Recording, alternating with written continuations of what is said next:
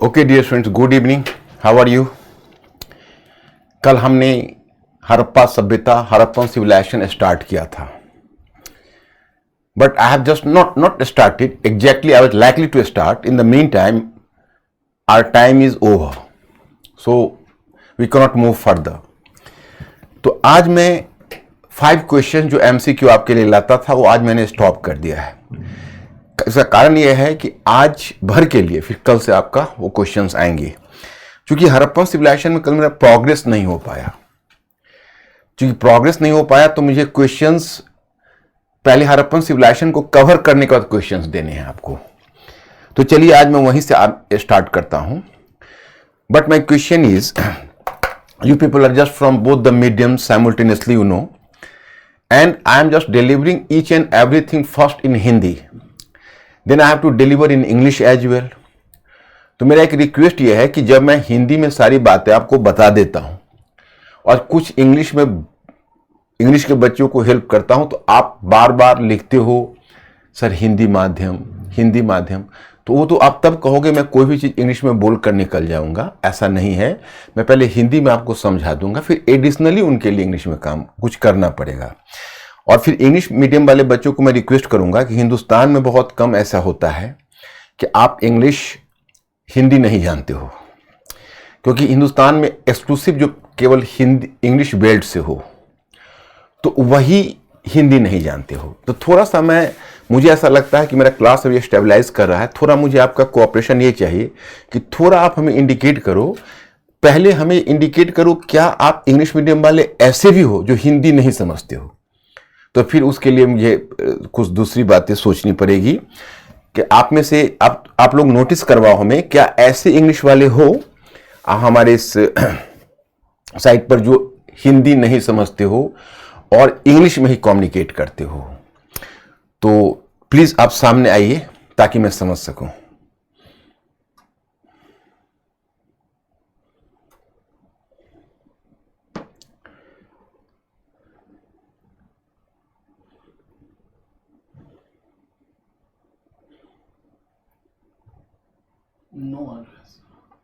No, okay. तो मतलब आप सभी लोग हिंदी समझते हो, तो मैं इंग्लिश वालों से रिक्वेस्ट करूंगा कि जितना इंपॉर्टेंट टर्म्स होगा मैं इंग्लिश में बोल दूंगा, क्योंकि उधर हिंदी मीडियम वालों को बड़ी परेशानी होती है इंग्लिश वालों से। तो मैं इंग्लिश बोलने से उनको लगता है मुझे कि उनको समझने में प्रॉब्लम होता है। तो हम ऐसा करते हैं कि हम हिंदी में बोल देंगे और कुछ बातें इंग्लिश में भी आपको कम्युनिकेट कर देंगे, और जितने टर्म्स हैं एक्सक्लूसिव वो इंग्लिश में मैं कर दूंगा।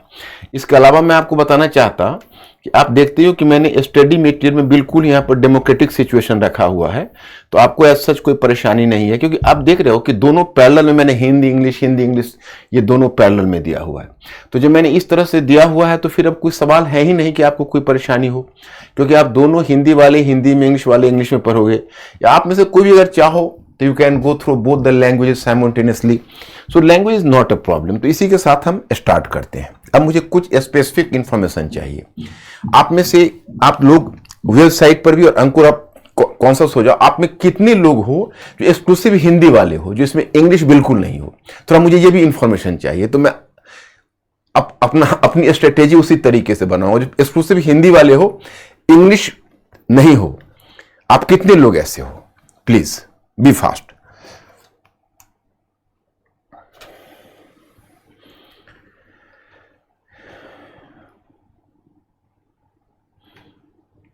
वेबसाइट पर भी अंकुर दोनों तरफ देखो।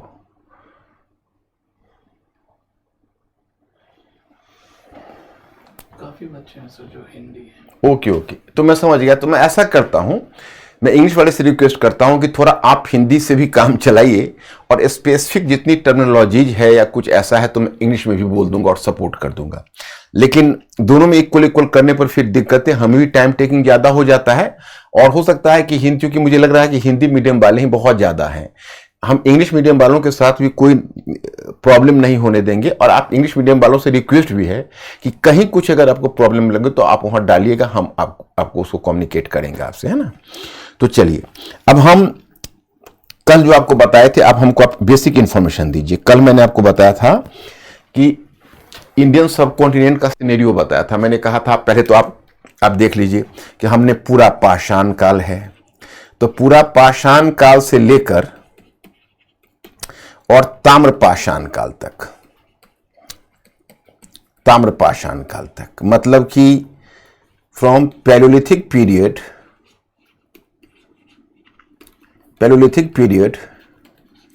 To neolithic period, to chalcolithic period,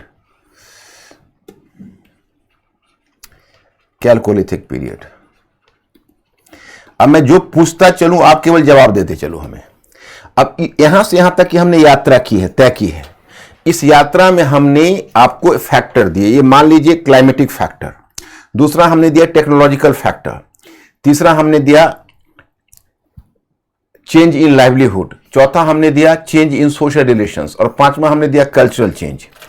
तो जलवायु संबंधी परिवर्तन, तकनीकी परिवर्तन, जीविकोपार्जन संबंधी परिवर्तन, सामाजिक संबंधों में परिवर्तन और सांस्कृतिक परिवर्तन, इतना एरिया हमने कवर किया।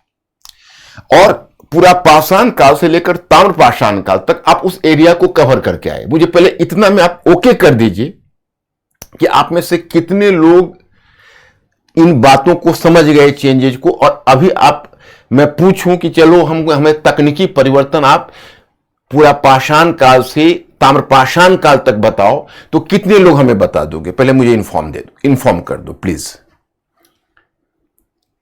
कितने लोग हमें हमारे क्वेश्चन का आंसर दे दोगे about the changes starting from palaeolithic period to chalcolithic period? उधर वेबसाइट पर कुछ है क्या?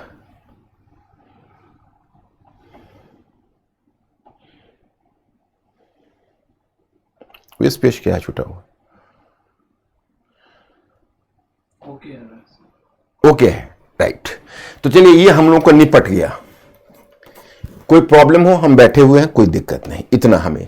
और एक बात और भी, हम जितनी चीजें पढ़ाए हम आपसे सुनना चाहेंगे। Let this class be communicative. हम कभी भी क्वेश्चन कर सकते हैं पीछे पढ़ाए हुए में और आपको उत्तर देना है। तो एक ये हो गया। अब हमने कल पहले आपको बताया कि देखिए भाई, ये जो नियोलिथिक पीरियड,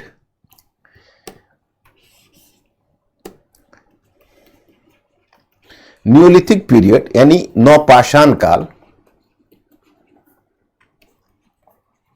नवपाषाण काल और ताम्रपाषाण काल, इनके बीच आप हमें संबंध बताइए।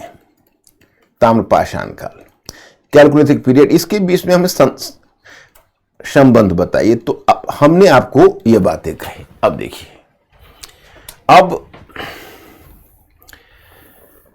मैंने आपको कहा कि देखिए ऐसा है कि पूरे भारतीय उपमहाद्वीप पर आप नजर डालिए तो आप देखते हो कि भारतीय उपमहाद्वीप के जो विभिन्न क्षेत्र हैं वो कभी विकास के एक स्तर पर नहीं रहे। तो इसी क्रम में मैंने बताया था कि भारतीय उपमहाद्वीप का एक क्षेत्र कभी विकास के एक स्तर पर नहीं रहा। कुछ क्षेत्र था जो विकास में आगे था और कुछ क्षेत्र ऐसा था जो पीछे था। तो मैंने इसी क्रम में कहा कि जिस समय पैलियोलिथिक पीरियड है तो संपूर्ण भारतीय उपमहाद्वीप में फैला हुआ है, माने it was spread to the different parts of Indian subcontinent simultaneously. उसी प्रकार से मध्य पाषाण काल है, मेजोलिथिक पीरियड है, it also spread to the different parts of India. पत्थर के उपकरणों का प्रयोग हो रहा है। Then you come to neolithic period, नवपाषाण काल।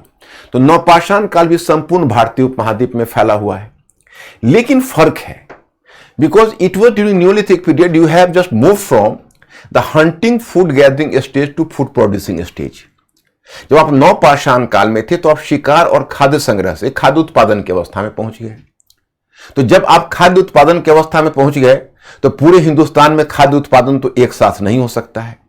हिंदुस्तान में खाद्य उत्पादन अलग अलग समय में हुआ। तो मैं आपसे यह जानना चाहता हूं कि आप लोगों को यह तो क्लियर हुआ कि food production started first in north west और इन वेलन वैली। मैंने यही बात आपको बताई थी।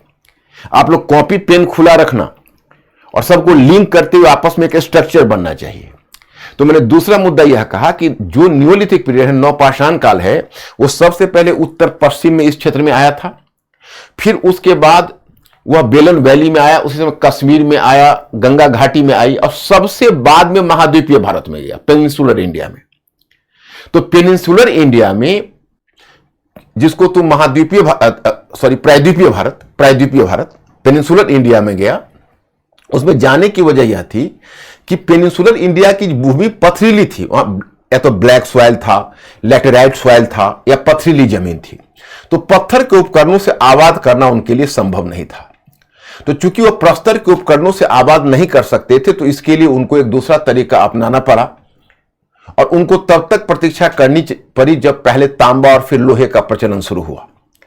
तो मैं ये कहना चाहता हूं कि वैसे नवपाषाण का न्यूलिथिक पीरियड दक्षिण भारत में भी आरंभ हुआ, सबसे लेट। और आरंभ होने के बाद भी मैं आपको बताऊं कि जैसे नवपाषाण काल में एक से अधिक विशेषताएं हैं। उसमें कृषि भी है, पशुपालन भी है, यानी domestication of animals and agriculture both. लेकिन उसमें प्रधानता रही डोमेस्टिकेशन ऑफ एनिमल्स। जो दक्षिण भारत का जो नवपाषाण काल है, उसमें कृषि फिर भी गौर रहा, गौर बहुत पीछे। उसमें अगर प्रधानता रही तो किसकी प्रधानता रही? तो सबसे अधिक प्रधानता रही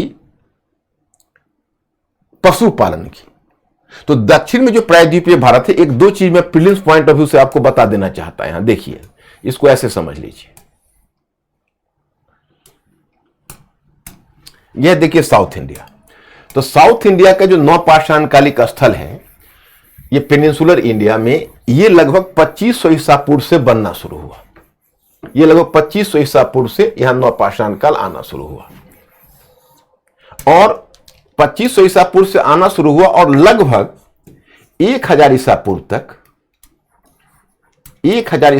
तक यहां नवपाषाण कालिक बस्तियां आई। Neolithic sites came into existence, but in the Neolithic sites of peninsular India you have to be informed that the agriculture remained to be the secondary occupation and the main occupation was domestication of animals। यहां पर पशुपालन ही important रहा, चूंकि पत्थर के उपकरणों से कृषि मुश्किल थी, इसलिए यहां पर कृषि बहुत प्रोमिनेंट नहीं हो पाई नवपाषाण काल में।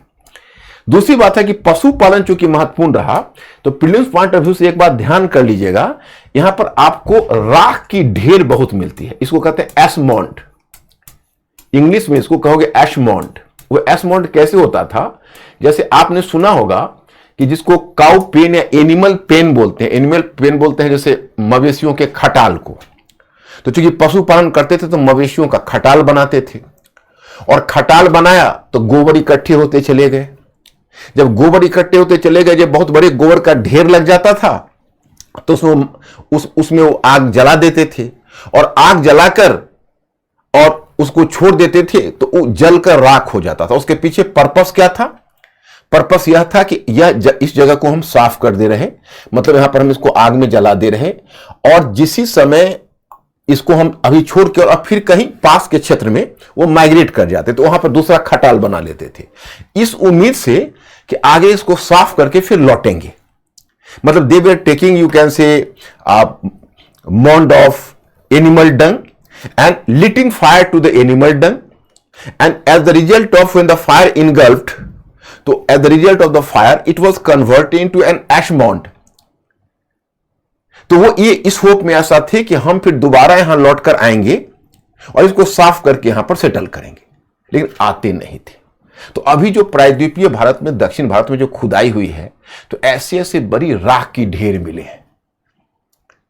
तो हो सकता है आपको प्रीलिम्स में क्वेश्चन पूछे कि राख की ढेर नवपाषाण, किस क्षेत्र में नवपाषाण कालिक स्थल की विशेषता थी, तो आपको वहां चुनना है दक्षिण भारत, विशेषकर आंध्र तमिलनाडु क्षेत्र में। तो ये उसकी विशेषता थी। आज भी तुम देखते हो कि वहां जो पोंगल का त्योहार मनाया जाता है, उसमें गोबर को जलाना एक महत्वपूर्ण रिचुअल है, जो हमारे यहां एंशिएंट टाइम में जो चीजें होती है वो धीरे धीरे हमारी संस्कृति का पार्ट बन जाती है। तो एक तो यह चीज आप ध्यान रखिएगा, नंबर 1। नंबर 2, एग्रीकल्चर संपूर्ण भारतीय उपमहाद्वीप में एक साथ आरंभ नहीं हुआ, यह मैं कल ही आपको समझा चुका हूं। दूसरी बात में अगर वर्ल्ड स्केल पर कहें कि एग्रीकल्चर सबसे पहले कहां शुरू हुआ, तो सबसे पहले एग्रीकल्चर शुरू हुआ पश्चिम एशिया में, पशुपालन भी और कृषि भी। पश्चिम एशिया में जिसको आज सबसे डिस्टर्ब रीजन आप मानते हो, फिलिस्तीनी, इजराइल और सीरिया का क्षेत्र, वहीं पर एक जेरिको नामक स्थल है, जेरिको। उसी जेरिको में पहला पशुपालन और एग्रीकल्चर का साक्ष्य मिलता है, जो मैंने आपको बताया था। फिर क्या हुआ कि एग्रीकल्चर स्वतंत्र रूप से यहां पर मेहरगढ़, जैसे एशिया में एग्रीकल्चर के 4 इंपॉर्टेंट सेंटर डेवलप हुए। मैं आपको बताता हूं, एग्रीकल्चर के 4 इंपॉर्टेंट सेंटर डेवलप हुए। ये सेंटर पहले पश्चिम एशिया में जेरिको बना। दूसरा कृषि का जो केंद्र था वो बना बलूचिस्तान का मेहरगढ़, जो मेहरगढ़ मैंने आपको बताया था, बलूचिस्तान। और तीसरा इंडिपेंडेंट सेंटर बना, ये जो आपको मैंने बताया था, ये हुआ कोल्डिवा, सॉरी नॉट कोल्डिवा, ये बेलन घाटी। बेलन घाटी तीसरा इंपॉर्टेंट सेंटर बना। और चौथा इंपॉर्टेंट सेंटर बना आपका बर्मा के नीचे थाईलैंड। तो थाईलैंड इंपॉर्टेंट सेंटर बना। थाईलैंड से मसाले मिले, अदरक वगैरह मिले, वो एंशिएंट टाइम से भी उनका प्रोडक्शन होता था। यहां पर गेहूं और जौ का साक्ष्य मिला है पश्चिम एशिया में। मेहरगढ़ से भी गेहूं और जौ का साक्ष्य मिला है। तो पहले एक धारणा यह थी कि सबसे पहले कृषि शुरू हुई पश्चिम एशिया में और पश्चिम एशिया से कृषि अन्यत्र फैली, ऐसा पश्चिमी विद्वानों ने फैलाया हुआ था। देखो, 2 तरह की थियरी है। एक तरह की थियरी कहते हैं, उसको कहते हैं विकास का सिद्धांत, यानी एवोल्यूशनिस्ट थियरी कहते हैं विकास का सिद्धांत। और दूसरी थियरी कहते हैं, उसको कहते हैं डिफ्यूजनिस्ट थियरी। और डिफ्यूजनिस्ट थियरी को क्या बोलते हैं? उसको कहते हैं विसरणवादी सिद्धांत। तो विसरणवादी सिद्धांत यह कहता है कि दुनिया के कुछ खास क्षेत्र में विकास होता है, बाकी क्षेत्र में नहीं होता है, और वहां से जो विकास का तत्व है वो निर्यात होकर अन्यत्र जाता है। मेरी बात समझ पा रहे हो कि नहीं? विकास हर जगह नहीं होता है, विकास के कुछ खास पॉकेट्स होते हैं जहां विकास होता है। Actually evolution is taking place in certain pockets of the world, and then the elements of development, they are just diffused to other regions. So all regions didn't evolve into a developed form automatically. They had to borrow the things from outside. तो उनको बाहर से चीजें लेनी पड़ती है। तो इसी सिद्धांत को, विसरणवादी सिद्धांत को मानते हुए ऐसा कहा गया कि पश्चिम एशिया से शायद कृषि मेहरगढ़ में आया था, लेकिन अब यह थियरी अस्वीकृत हो गई है और माना गया कि नहीं, यह हुआ पहला सेंटर एशिया में, यह हुआ मेहरगढ़, दूसरा सेंटर, तीसरा बेलन घाटी और चौथा है थाईलैंड। ये चारों में इंडिपेंडेंट कृषि की शुरुआत हुई। अब यहां से आपको गेहूं का साक्ष्य मिलता है और जौ का, और गेहूं का साक्ष्य और जौ का साक्ष्य मेहरगढ़ से भी मिलता है, यानी wheat and barley. You will find the evidence of wheat and barley. लेकिन जब तुम यहां आओगे बेलन घाटी में, तो कोल्डिवा एक जगह है इलाहाबाद के पास, वहां चावल का साक्ष्य मिला है। और इसके उत्तर में आपको नेपाल और यूपी के सीमा पर संत कबीर नगर में लाहौर देवा मैंने कहा था, यहां से भी चावल का साक्ष्य मिला है। और दक्षिण पूर्व एशिया से मसाले का साक्ष्य मिला है। तो यही है एग्रीकल्चर। और न्यूलिथिक पीरियड में सबसे पहले कृषि उत्तर पश्चिम में शुरू हुई, बलूचिस्तान में मेहरगढ़ है, और लेकिन अब लाहौर देवा सबसे पहला साइट है। उसके बाद बेलन घाटी में शुरू हुआ, फिर आप कह सकते हो कश्मीर में, गंगा घाटी में, और सबसे बाद में प्रायद्वीपीय भारत में। अब उसके बाद कल मैं आपको बता रहा था हड़प्पा सभ्यता के उद्भव के विषय में। तो यहां तक तो आप क्लियर हो, यहां तक कोई कंफ्यूजन नहीं है। तो मैं आपको अब हड़प्पा सभ्यता या हड़प्पन सिविलाइजेशन के बारे में बताता हूं। तो मैंने कल एक बात आपको बताई थी, कि चार्ल्स डिस्कवरी हुई थी जब 1826 में चार्ल्स मैसन, वो कहानी मैंने आपको बताई थी कि चार्ल्स मैसन 1826 में टकराया, लेकिन वो उसमें कोई एक्शन नहीं लिया। फिर 1872 में कनिंघम, जिसने आर्कियोलॉजिकल सर्वे डिपार्टमेंट की स्थापना की थी, यानी पुरातात्विक सर्वेक्षण विभाग, उसने हड़प्पा के उस टीले को देखा, उसने उसको आर्कियोलॉजिकल सर्वेक्षण विभाग को दे दिया। उसने कोई एक्शन खास वो नहीं लिया, थोड़ा वो सैंपल सर्वे किया। उसके बाद जॉन मार्शल जब 1920 के दशक में जब आर्कियोलॉजिकल सर्वे ऑफ इंडिया के अध्यक्ष थे, तो दयाराम साहनी ने 1921 में हड़प्पा की खुदाई की, और 1922 में राखाल दास बनर्जी ने मोहनजोदड़ो की खुदाई की, जो सिंध के लड़काना जिले में थी। और उसके बाद 1924 में मैंने कल इतनी सारी कहानी बता दी थी कि जॉन मार्शल ने दुनिया को प्रकाशित किया कि एक बहुत ही विकसित सभ्यता हमारी आ चुकी है। अब दुनिया की 3 प्राचीनतम सभ्यताओं में आज मैं आपको मेसोपोटामिया और मिस्र का मैप लाना भूल गया, लेकिन कल मैं आपको उस पर दिखा दूंगा। अंकुर पीछे प्रीवियसली भी मैंने वो मैप लाया हुआ था, लेकिन अब हमें लगता है तुम्हारे इसमें नहीं होगा। ऐड हो जाएगा सर। ऐड हो जाएगा। तो जैसे मेसोपोटामिया उत्तरी पूर्वी अफ्रीका, सॉरी मिस्र उत्तरी पूर्वी अफ्रीका में है, और मेसोपोटामिया पश्चिम एशिया का वर्तमान इराक है, दजला फुरात की घाटी में। उसमें जो सभ्यताएं पनपती थी वो नदी घाटी में। क्यों पनपती थी नदी घाटी में? तो इसकी वजह यह होती थी कि आखिर पानी कहां से मिलता, पानी की उपलब्धता थी नहीं। पानी आपको पीने के लिए चाहिए, जीने के लिए चाहिए, और पानी सिंचाई के लिए भी चाहिए। तो इसके लिए वो सभ्यता नदी घाटी में पनपती थी। तो मैंने आपको बताया कि अब हड़प्पा सभ्यता के उद्भव के संदर्भ में जो पहला कंट्रोवर्सी शुरू हुआ, ये कंट्रोवर्सी शुरू होने की वजह यह थी कि ब्रिटिश ने अब तक दावा किया था कि हमने भारतीयों को सिविलाइज किया है, हमने भारतीयों को सभ्य बनाया है। और जो ये सभ्यता जब 1924 में प्रकाश में आई तो ब्रिटिश की कलई खुल गई। अब यह बात होने लगी कि भाई ब्रिटिश इस तरह का दावा करते हैं, दावा कितना गलत है, क्योंकि भारत तो तभी सभ्यता, एक्चुअली भारत में सभ्यता तभी आ चुकी थी जो दुनिया की प्राचीनतम सभ्यताओं में एक सभ्यता आ चुकी थी, मिस्र और मेसोपोटामिया की सभ्यता के साथ हड़प्पा सभ्यता, ये सभ्यता आ चुकी थी। तो विश्व में भारत में तब वो सभ्यता आ चुकी थी जब पूरी दुनिया में, मैंने बताया कि भाई भारत में तब वह सभ्यता आ चुकी थी जब दुनिया के बाकी क्षेत्र अभी असभ्य थे, स्वयं ब्रिटेन भी असभ्य था। उस समय भारत में सभ्यता आ चुकी थी। तो मैं आपको बताना चाहता कि ये जो बात हुई है, तो इसने कहीं ना कहीं ब्रिटिश के दिमाग में एक बात भरी। तो अब ब्रिटिश ने एक नया सगुफा छोड़ा। जैसे इसमें 3 हिस्टोरियंस थे, जैसे पहले हड़प्पा सभ्यता के उद्भव में विवाद क्यों, हड़प्पा सभ्यता के उद्भव की व्याख्या में विवाद क्यों, why did controversy start about the origin of Harappan civilization? Why did controversy start about the origin of Harappan civilization? तो इसका कारण यह था, विवाद का कारण यह था कि एक तो हड़प्पा सभ्यता में एक लिपि थी, लेकिन लिपि पढ़ी नहीं जा सकी। अगर लिपि पढ़ी गई होती तो सारी गुत्थियां सुलझ जाती। मैं स्क्रिप्ट आपको दिखाऊंगा, हड़प्पाई स्क्रिप्ट मैं दिखाऊंगा, लेकिन काश ये लिपि पढ़ ली गई होती। जैसे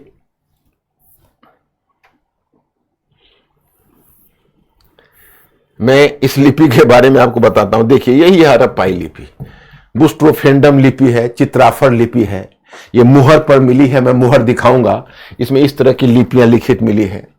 जैसे ये मुहर है और ये लिपियां लिखित मिली है।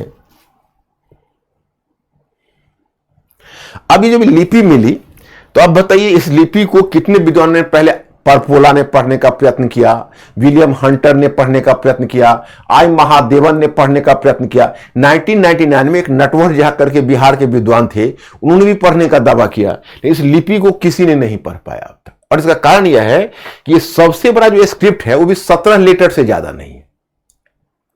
जैसे इसके बाद मैं आपको बताऊंगा कि जो पहली लिपि इंडिया में पढ़ी गई वो है ब्राह्मी लिपि।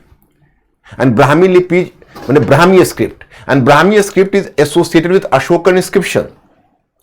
Ashokan inscriptions were written in Brahmi script, and this Brahmi script were deciphered by James Prinsep for the first time. Why it became possible? Because later the Indo-Greek rulers issued their inscriptions in 2 scripts simultaneously on their coins. One script was Brahmi script, another script was, that is Greek script. So on the basis of analogy between the two, the scholars could decipher कि what is the meaning of this Brahmi script. मतलब मैं आपको ये कहना चाहता हूं कि जो हिंद यूनानी शासक भारत में आए, जिनके बारे में आगे बताऊंगा, उन्होंने जो सिक्के चलाए उन सिक्के पर 2 लिपियां थी। एक लिपि थी ब्राह्मी में लिखी हुई और दूसरी यूनानी में लिखी हुई। तो यूनानी वाले को तो पहले ही लोग पढ़ चुके थे, तो यूनानी से मिलाकर उसको पढ़ लिया। अब हड़प्पाई लोगों ने लिपि जारी की। अगर उस समय मेसोपोटामियाई लिपि में कोई चीज, जैसे ये लिपि यहां लिखी गई है चित्रा पर, और मेसोपोटामिया का किलाक्षर लिपि थी, दैट इज कॉल्ड क्यूनिफॉर्म। तो अब अगर वो लिपि है तो उस लिपि को आप देखोगे तो जैसे अगर यही बातें मेसोपोटामियाई लिपि में लिखी गई होती या मिस्र की लिपि में लिखी गई होती तो वो लिपियां पढ़ी जा चुकी है, तो वो लिपियां पढ़ी जा चुकी है, तो उससे मिलाकर ये लिपि भी पढ़ लेती है। तो ऐसा हुआ नहीं। खैर चलिए, तो लिपि नहीं पढ़े जाने से इस सभ्यता के बारे में बहुत सारा कंफ्यूजन था, नंबर 1। और ब्रिटिश की कोशिश यह थी कि हम भारतीयों की उपलब्धि को कम करके दिखाएं। तो ब्रिटिश चाहते थे कि हम भारतीयों की उपलब्धि को कम करके दिखाएं, इसलिए ब्रिटिश ने जानबूझकर यह, इसमें कुछ विद्वान थे, ब्रिटिश विद्वान, और वह विद्वान में थे गॉर्डन थे, क्रेमर एवं मॉर्टिमर व्हीलर, यानी Gordon, Kramer and Mortimer Wheeler, मतलब Gordon, Kramer and Mortimer Wheeler. अब यही विद्वान है, इन्होंने यह सिद्ध करने का प्रयास किया कि देखो भाई, ये हड़प्पाई लोगों के अपने पुरुषार्थ से नहीं हुआ है, अपनी क्षमता से नहीं हुआ है, ये कहीं ना कहीं मेसोपोटामियाई देन है, और मेसोपोटामिया के लोगों ने यह लिपि, माने उन्होंने इस सभ्यता को डेवलप किया। इसको मानने में परेशानी है, सीमाएं हैं। सीमाएं कैसे स्टेटमेंट की मैं आपको बताता हूं। सीमाएं, लिमिटेशंस, वो लिमिटेशंस ये है कि पहली बात कि हड़प्पा सभ्यता और मेसोपोटामियाई सभ्यता के स्वरूप में फर्क है। आप हड़प्पा सभ्यता की नगर निर्माण योजना में आपको बताऊंगा, टाउन प्लानिंग, वो इतनी डेवलप्ड टाउन प्लानिंग है कि दुर्लभ है, रेयर इन द वर्ल्ड। अब मेसोपोटामिया का खुद का जो टाउन है वो उतना व्यवस्थित नहीं है जितना हड़प्पाई टाउन व्यवस्थित है। तो अब सवाल यह खड़ा हुआ कि अगर खुद मेसोपोटामिया के लोग इतने बेहतर टाउन नहीं बना सके तो हड़प्पा में आकर कैसे इतना बढ़िया टाउन बना दिया? तब तो हुआ कि गुरु गुर रहा और चेला चीनी हो गया। ये कैसे संभव है? तो इस अवधारणा पर चोट पड़ने लगी। दूसरी बात कि उनके ईंटों को देखोगे, हड़प्पाई ईंटों के देखोगे तो फर्क है। वो ईंटें बनाते थे धूप में सुखाकर, चूंकि उनके पास उतनी लकड़ी की उपलब्धता नहीं थी जलावन के लिए, जो वो ईंटों को पका पाते, इतना वुड अवेलेबल नहीं था, उतना फ्यूल।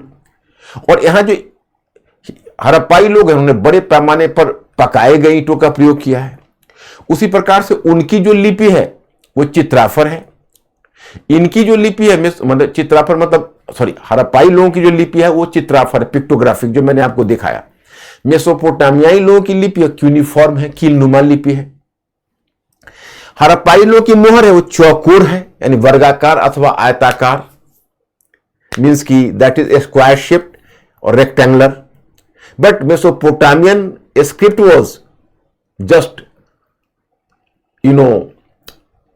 सिलिंड्रिकल मतलब बेलनाकार, तो उनका सिलिंड्रिकल सिलिंड्रिकल उनका मोहर है। तो दोनों के जितने बड़े पैमाने पर मेसोपोटामिया सभ्यता के लोगों ने कांसे बनाए, इस्तेमाल किया, हड़प्पाई लोग उतना नहीं कर पाए, क्योंकि हड़प्पाई लोगों को तो टीन की उपलब्धता नहीं थी ना उतना, इसलिए। तो कुल मिलाकर तय हुआ कि देखो भाई ये मेसोपोटामियाई लोगों ने नहीं बनाया है। तो सवाल है कि कहां से बना है, कैसे बना है। इसी थियरी में my students they just try to develop the theory, और इसी क्रम में एक थियरी डेवलप हुई जिस थियरी को कहते हैं कि सीमाएं, इसके बाद theory of gradual evolution. Theory of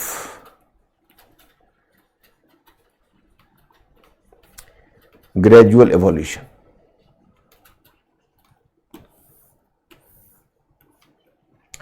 क्रमिक विकास का सिद्धांत। क्रमिक विकास का सिद्धांत। अब चलिए, अब ये क्रमिक विकास का सिद्धांत क्या है? देखो, सबसे पहली जो कृषक बस्तियां थी, सबसे आरंभिक कृषक बस्तियां, द अर्लीस्ट एग्रेरियन स्ट्रक्चर और अर्लीस्ट यू कैन से agrarian community, so that developed in north west. जो सबसे आरंभिक कृषक समुदाय था उत्तर पश्चिम में विकसित हुआ। उत्तर पश्चिम में मैंने आपको बताया कि हिमालय का जो ग्लेशियर पिघलता है तो सारी नदियों को वाटर मिलता है, और विशेषकर बरसात के टाइम में तब वर्षा की मात्रा इससे बेहतर थी, तो फिर बारिश होती थी, तो वर्षा होने से क्या होता था कि उनकी नदियां इनंडेटेड हो जाती, मतलब जल उत्प्लावन हो जाता। तो जब नदियां आती थी तो अपने साथ जल और मिट्टी, एलुवियल सॉइल को बहा कर लाती थी। तो बहा कर लाती थी, तो उस कारण से क्या हुआ कि नदियों के किनारे जो नदी घाटी वो काफी उपजाऊ हो गई थी, द मोर प्रोडक्टिव। और पहले तो बाढ़ का पानी वहां होता था। तो अगर आप हड़प्पा सभ्यता में देखोगे तो आपको मैंने क्या कहा, क्रमिक विकास के सिद्धांत के अनुसार, जरा गौर करना, यानी according to the gradual theory of gradual evolution 3 stage माना गया। पहला स्टेज माना गया नवपाषाण काल का स्टेज, नवपाषाण काल का चरण। अभी नवपाषाण काल का चरण जिसको नियोलिथिक स्टेज कहते हो, इसको आप नियोलिथिक स्टेज मान लो। और नियोलिथिक स्टेज को कहते हैं 5500 BCE to 3200 BCE। North west की बात बता रहा हूं, 3200 BCE। तो ये पहला स्टेज हुआ। इस स्टेज में हुआ कि जल और मिट्टी में एक्चुअली पानी तो भरा रहता था यहां बाढ़ के कारण। तो खैर हड़प्पा के लोगों ने आसपास के जल पर नियंत्रण करके, और उन्होंने कहीं ना कहीं जल के मतलब जो रिवर वाटर है उस पर नियंत्रण करना, कंट्रोल करना सीख लिया। तो कंट्रोल करना कैसे सीखा, just try to understand the point. तो कंट्रोल करना उन्होंने ऐसे सीखा कि उन्होंने गौर करना शुरू किया कि देखो भाई, जून के लास्ट से पानी चढ़ना शुरू होता है और जुलाई लास्ट तक चढ़ता जाता है, अगस्त तक कांस्टेंट हो जाता है, और सितंबर से नीचे उतरने लगता है, फिर अक्टूबर में नीचे उतर जाता है, और नवंबर तक खेत खाली हो जाता है। तो नवंबर में एक फसल की हम बुआई करके और अप्रैल में कटाई कर सकते हैं। So we have to sow the seeds in November and we have to harvest in April. So what you know as the rabi cropping और the rabi crops. So production of rabi crops, you can say in one sense this was the rabi season from starting from November to April. तो नवंबर से अप्रैल वो खेती करने लगे, और जल और मिट्टी थी काफी उपजाऊ थी। और वो करते क्या थे कि फसल का टाइम तो रवि फसल की थी, लेकिन खरीफ फसल भी उपजा देते थे। तो खरीफ फसल की वो खेती कर लेते थे। तो अब खरीफ फसल जो खरीफ क्रॉप्स है, तो उसमें अब जैसे आप देखोगे राजस्थान में एक जगह है कालीबंगा। तो राजस्थान में एक जगह कालीबंगा है, तो कालीबंगा में आपको जूते हुए खेत का साक्ष्य मिलता है। From Kalibanga you will find the evidence of furrowed field. लेकिन उसमें भी देखो एक थोड़ा सा लोचा है, उतना हम आपको डेप्थ में नहीं ले जाना चाहेंगे, क्योंकि आपके जनरल स्टडीज का पेपर का है, तो उसमें उतना डेप्थ में जाने की आवश्यकता नहीं है। नहीं तो उसमें भी अलग अलग चरण है, अर्ली हड़प्पन स्टेज है, फिर हड़प्पन स्टेज है, अपना अलग अलग चरण है। ये अभी न्यूलिथिक स्टेज की बात बता रहा हूं, तो खैर वो आगे हम उसकी खेती की बात करेंगे। तो इन्होंने खेती करनी शुरू कर दी। तो क्या हुआ कि उपज आवश्यकता से अधिक प्रोडक्शन करने लगे, तो सरप्लस आया। सरप्लस तो समझते हो अधिशेष। तो अधिशेष को मतलब अधिशेष आने लगा, और फिर उन्होंने क्या किया कि जमीन को कुरेद कर अच्छे पत्थर के उपकरण को लेकर उसको रगड़ के पॉलिशदार उपकरण बनाए, माने एक दूसरे का रब करके पॉलिशदार उपकरण बनाए, माने पॉलिश्ड वेयर, और बढ़िया से एग्रीकल्चर शुरू किया। तो इसका फायदा मिला कि मेहरगर, किलीगल, मोहम्मद, रहमान, ढेरी, आमरी, कोटडीजी, ऐसी ऐसी प्रॉस्पेरस मतलब कृषक बस्तियां अस्तित्व में आई। ये कहलाया न्यूलिथिक फेज। ये पहला स्टेज है विकास का, पहला स्टेज। दूसरा स्टेज कहते हैं अर्ली हड़प्पन, यानी आरंभिक हड़प्पा काल। पहले कहा जाता था उसको पूर्व हड़प्पा, प्री हड़प्पन, फिर प्री हड़प्पन से कहा गया प्रोटो हड़प्पन, प्राक हड़प्पा। अब उसके लिए बेहतर टर्म आता है आरंभिक हड़प्पा काल।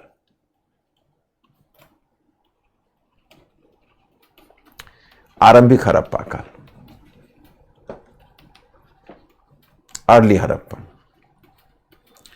अब ये अर्ली हड़प्पन फेज में क्या हुआ, ये टाइम पीरियड देख लीजिए। ये टाइम पीरियड है 3200 BCE टू 2600 BCE। ओके, इसमें मुख्य डेवलपमेंट इसी समय हुआ। कैसे, तो दो तीन बातें हुई। पहली बात कि एग्रीकल्चर तो पहले ही शुरू हो गया था। इसमें आप देखोगे प्लाव का उपयोग शुरू हुआ। प्लाव कहते हैं हल को, प्लाउ कल्टीवेशन। पहले मानव खींचता था, फिर एनिमल्स के द्वारा प्लाउ, जैसे आप देखते हो बुलॉक, तो बुल का मतलब सांड के द्वारा खींचा जाता था। और मैं एक बात बताऊं, एक इरफान हबीबी ने बड़ी दिलचस्प बात कही है कि दुनिया का पहला बायोटेक्नोलॉजी का प्रयोग तुम कहां देखोगे, तो इसी काल में देखोगे। बायोटेक्नोलॉजी वो क्या होगा कि सांड से जो बैल बनाया गया वो बायोटेक्नोलॉजी का पहला यूज था। सांड से जो बैल बनाया जाता है उसके लिए एक प्रोसेस आता है, उसको कास्ट्रेशन कहते हैं। कास्ट्रेशन को हिंदी में बोलते हैं बधिया करना। अगर बधिया कर दिया जाए तो बैल हो जाएगा, नहीं तो सांड बन जाएगा। और एग्रीकल्चर में सांड से कहीं ज्यादा बैल इफेक्टिव होता है, तो इसलिए बैल बनाने की प्रक्रिया इसी समय शुरू हुई। तो प्लाउ कल्टीवेशन जिसको कहते हो, हल पर आधारित खेती, उसकी शुरुआत हुई, तो और उससे कृषि को विकास हुआ। दूसरी बात है कि इंडस्ट्रियल क्रॉप्स के रूप में आपको कपास या कॉटन मिलने लगता है। कॉटन, कपास, ये औद्योगिक फसल के रूप में। और भी कई तरह के फसल थे। खाद्यान्न तो कई तरह के थे। खाद्यान्न में आपको यहां से गेहूं और जौ मुख्य फसल है, व्हीट एंड बार्ली। फिर आपको मिलता है पीज, मटर। फिर आपको मिलता है मस्टर्ड, सरसों, हॉर्स ग्राम, चना।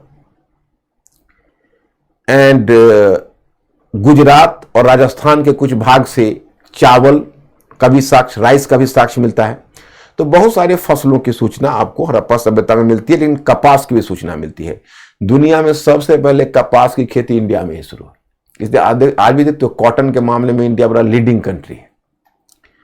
तो इस तरह से आप देखते हैं। और कपास से आप जानते ही हो कि फिर क्या हुआ, कपड़े का निर्माण शुरू हो गया। तो खैर कपास का प्रचलन शुरू हुआ। उसके बाद इसमें और भी डेवलपमेंट हुआ। जैसे अब चूंकि बहुत ज्यादा प्रोडक्शन करने लगे तो ग्रेनरीज कहते हैं अन्नागार को, जिसमें अनाज रखे जाते थे। तो आपको अब धीरे धीरे ग्रेनरीज का विकास हुआ, उसमें अनाज रखे जाने लगे। और इसी काल में तांबे, कॉपर का प्रयोग शुरू कर दिया। तांबे, कॉपर एक धातु के रूप में कॉपर का प्रयोग शुरू हुआ, तो प्रोडक्शन बढ़ा। और इसमें नाव, गाड़ी, यानी आप इसको ऐसे मान के चलिए, चाक या कहिए चक्का का प्रचलन शुरू हुआ। व्हील, तो व्हील मानव कह सकते हो कि मानव सभ्यता के विकास में व्हील का भी बहुत बड़ा योगदान है। क्योंकि जो चक्का बना, चक्का का दो प्रकार का यूज होने लगा। एक तरफ चक्का से गाड़ी का चक्का भी बना, इसका मतलब आपका ट्रांसपोर्टेशन डेवलप करेगा, ट्रांसपोर्टेशन। और दूसरा, इस चक्का से आपका चाक बना। चाक में बड़े अच्छे अच्छे किस्म के मृदभांड कहते हैं पॉटरीज को, दैट वाज कॉल्ड पॉटरीज। तो इस चाक पर बहुत अच्छे किस्म के मृदभांड बने लगे, पॉटरीज बनने लगे। बस इसका सीधा सा विकास हो गया कि बड़े पॉटरीज बनने लगे, इधर ट्रांसपोर्टेशन डेवलप कर गया चक्का से। उसी समय नाव का प्रचलन शुरू हो गया। नाव मतलब बोट। तो क्या हुआ कि इकोनॉमी बड़ी तेजी से आगे बढ़ी। अब देखो, प्रोडक्शन ही पर्याप्त नहीं होता है। आपको मान लो प्रोडक्शन अगर हुआ और बटा रहा आपस में, तो प्रोडक्शन अगर हुआ और प्रोडक्शन बटा रहा, जब तक एक्यूमुलेशन नहीं होगा, एक जगह पर इकट्ठा नहीं होगा, तब तक नगर नहीं बनेंगे। तो इस काल में चूंकि अतिरिक्त उत्पादन हुआ तो व्यापार का विकास हुआ। अलग अलग क्षेत्र में शिल्पी, कारीगर स्थापित हो गए। शिल्प उत्पादन की बढ़ोतरी हुई, यानी craft production was further encouraged. एक व्यापारिक नेटवर्क कायम होने लगा। और फिर उसी समय एक शासक वर्ग आया, और शासक वर्ग ने कर लगाकर ग्रामीण क्षेत्र से अतिरिक्त उत्पादन खींचकर एक जगह पर लाया। क्योंकि टैक्सेशन के माध्यम से क्या होता है, जो सरप्लस क्षेत्र है वो सरप्लस से अतिरिक्त खींचकर एक शासक वर्ग के पास आता है। उसी समय संभव है, क्योंकि लिपि तो पढ़ी नहीं गई तो हम लोग जान पा रहे हैं, लेकिन एक अनुमान किया जाता है कि संभव है कि जो एक पुरोहित वर्ग, एक पृष्ठ क्लास का ही विकास हुआ। क्योंकि मोहनजोदड़ो से जो दाढ़ी वाले साधु की मूर्ति मिली है, उससे लगता है कि कोई पृष्ठ क्लास संभवतः वहां रहा होगा। तो संभव है एक पृष्ठ क्लास का विकास हुआ, एक पुरोहित वर्ग का विकास हुआ। और जो पुरोहित वर्ग है वह धर्म के माध्यम से अधिशेष खींचता है। अब नगरों के विकास में रिलीजन का भी मुख्य भूमिका होती है, रिलीजन की भूमिका होती है। आज भी आप देखिए, आप भारतवर्ष को ही याद करिए, जो इंपॉर्टेंट पिलग्रिमेज सेंटर्स है, जो महत्वपूर्ण तीर्थयात्रा स्थल है, वो सभी नगर के रूप में विकसित हो गए। क्यों? क्योंकि जो तीर्थ यात्रा स्थल होता है, पिलग्रिमेज सेंटर्स होता है, तो ऑन पिलग्रिमेज सेंटर्स जो दूर दराज से जो उत्पादन अधिशेष है वो खींच कर वहां आता है, और जब खींच कर वहां आने लगता है तो उसका स्वाभाविक परिणाम होता है कि धीरे धीरे वो नगर के रूप में डेवलप कर जाता है। तो हो सकता है पृष्ठ क्लास का भी रोल हो। अब व्यापार का विकास हुआ, शासक वर्ग आया, तो प्रशासन की जरूरत के अनुसार, यानी in according to the need of the administration and according to the need of the trade and trading activities, क्योंकि अगर आप व्यापार करते हो तो आपको उसमें भी अकाउंट मेंटेन करने की जरूरत पड़ती है। शासन चलाने के लिए आपको कुछ ना कुछ डॉक्यूमेंट्स की जरूरत पड़ती है। इसलिए क्या हुआ कि धीरे धीरे लिपि का विकास इसी काल में हो गया। लिपि, स्क्रिप्ट, इतना सारा विकास हो गया 2600 BC तक, और तब यही तीसरा स्टेज में नगरीय हड़प्पा सभ्यता आ गई।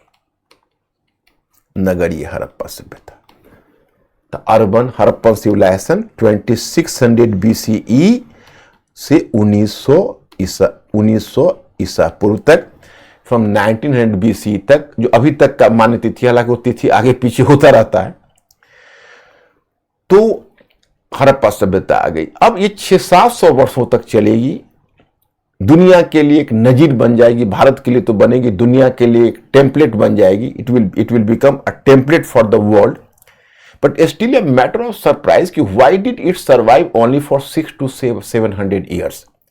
सो I will discuss this aspect in the decline of the civilisation. तो पहले आप इतना हमें एश्योर करिए कि यहां तक आप समझ गए, या कोई प्रॉब्लम, तो आप लोग जल्दी, let this class be communicative. तो हम चाहते हैं कि आपका क्लास कम्युनिकेटिव बना रहे, तो इसके लिए थोड़ा आप लोगों को इतनी ही सतर्की करनी पड़ेगी कि तेजी से you have to reply my question,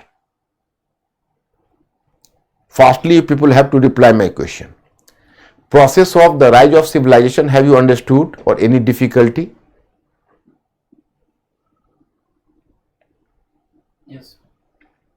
website पर देखो, दोनों बच्चों को कैटर करो। Okay, right, good. तो मैं स्टूडेंट्स, अब ये तो हुआ ओरिजिन का, तो ये तो हड़प्पन सिविलाइजेशन का ओरिजिन हुआ। अब कुछ चीजें देखो, मेरी जो रणनीति है, मैं तुम लोगों को स्पष्ट रणनीति बताऊं कि प्रीलिम्स में जो कुछ तथ्य होते हैं वो बड़े डीप होते हैं, जो कुछ इंफॉर्मेशन प्रीलिम्स के होते हैं वो बड़े डीपर और बड़े थोड़ा मुश्किल भरा हुआ होता है। तो क्या है कि हमारा जो ऑब्जेक्टिव है, उस बार बार ऑब्जेक्टिव को रिपीट करना मैं इसलिए चाहता हूं कि मैं अपने पिछले 30 इयर्स के एक्सपीरियंस से तुमको बता रहा हूं कि जो सबसे अहम चीज है बच्चे, चाहे तुम हिस्ट्री पढ़ो या कोई भी सब्जेक्ट पढ़ो, सबसे पहला है अंडरस्टैंडिंग। अगर अंडरस्टैंडिंग हमारी बन जाती है तो हमारे लिए प्रीलिम्स भी आसान हो जाता है और मेंस भी आसान हो जाता है। तो अंडरस्टैंडिंग बनाने के लिए हमें पहले एक स्ट्रक्चर बनाना पड़ेगा। ओके, और स्ट्रक्चर के बाद, और तब उसमें जो फैक्ट्स होगा वो स्ट्रक्चर के साथ मिला हुआ आएगा।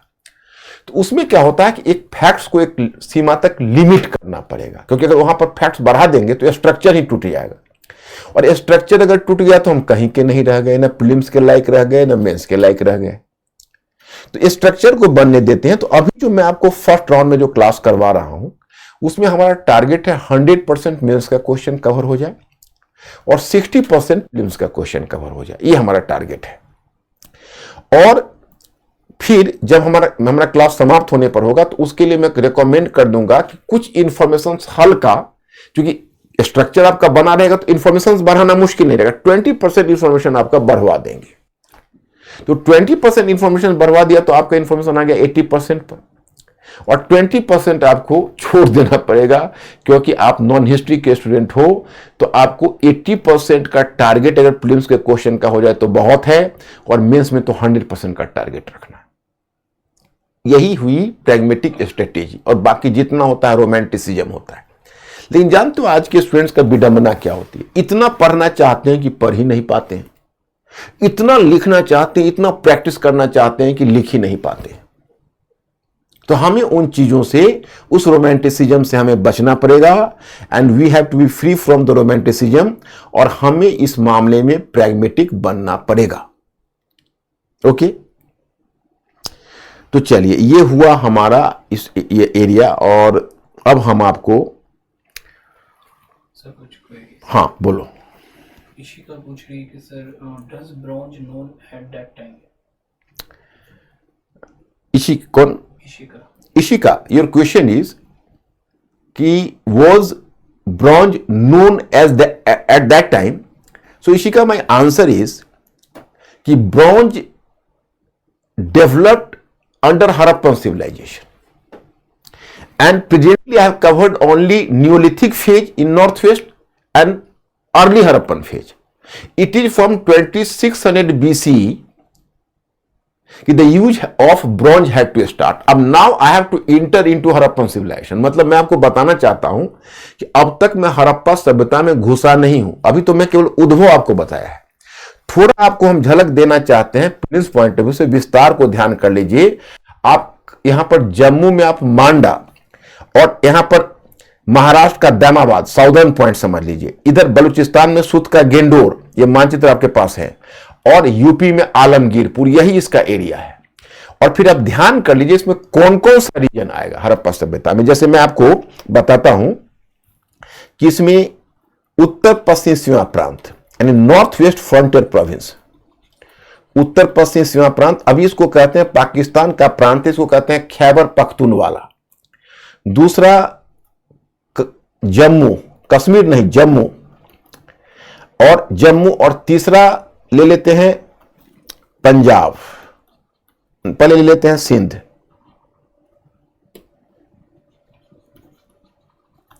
फिर पंजाब। तो उत्तर पश्चिम सीमा प्रांत जम्मू, सिंध, पंजाब, हरियाणा, राजस्थान, गुजरात,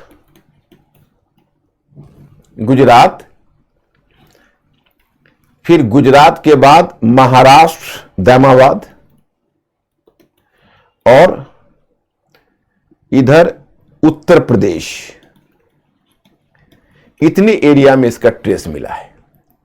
तो अब जम्मू में आपका हो गया मांदा, सिंध में सबसे इंपॉर्टेंट तो मोहनजोदड़ो और चान्हो दरो है, फिर जुडेर जोदड़ो है, आमरी है, कोट दीजी है। ये फर्स्ट राउंड में नहीं, सेकंड राउंड में आप देखना। फर्स्ट राउंड में कल इस प्लेस को देख लो ताकि मैं क्वेश्चन पूछूं तो आप बता सकते हो।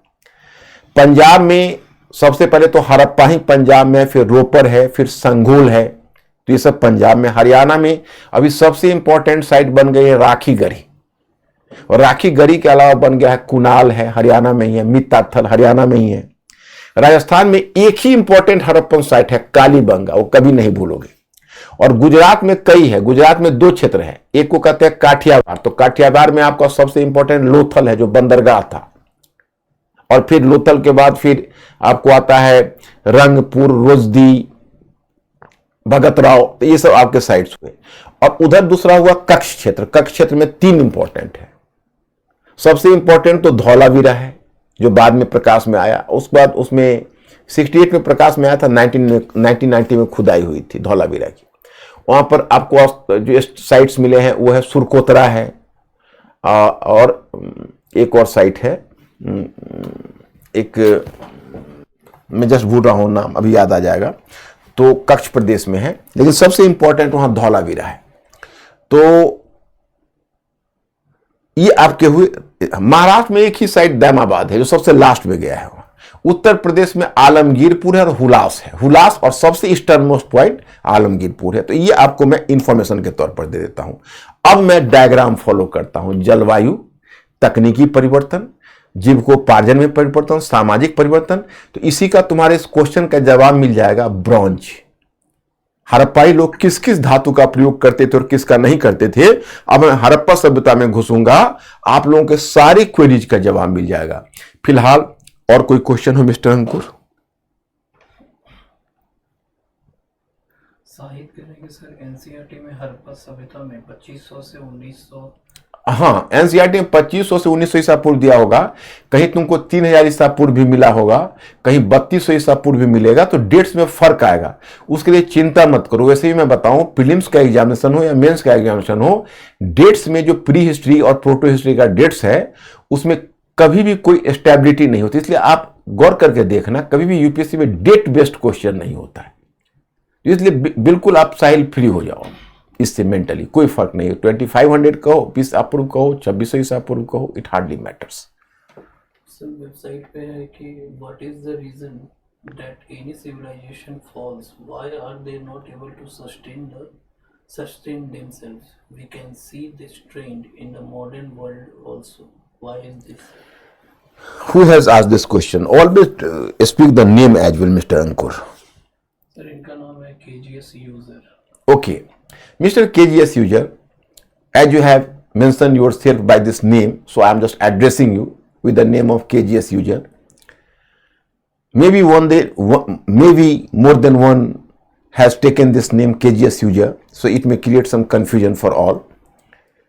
So better to use your own name so that I will address you with the name and your question would duly be answered. Actually, you have asked me a very ticklish question. It is very ticklish question, you can, and very hypothetical question.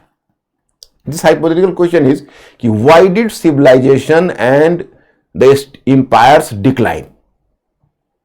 And all the empires and civilizations have declined from ancient period to till today, and this trend is visible even today. You may give a hint towards Russia, you may give a hint towards Ukraine or whatever may be. But my students, KGS users, here I have to reply this question, that there is no one fit for all size. Actually, for different civilizations, the factor of decline is different. So far as the question of the decline of Harappan civilization is concerned, I will give you the detailed information in the end, as I have given information about the origin of civilization.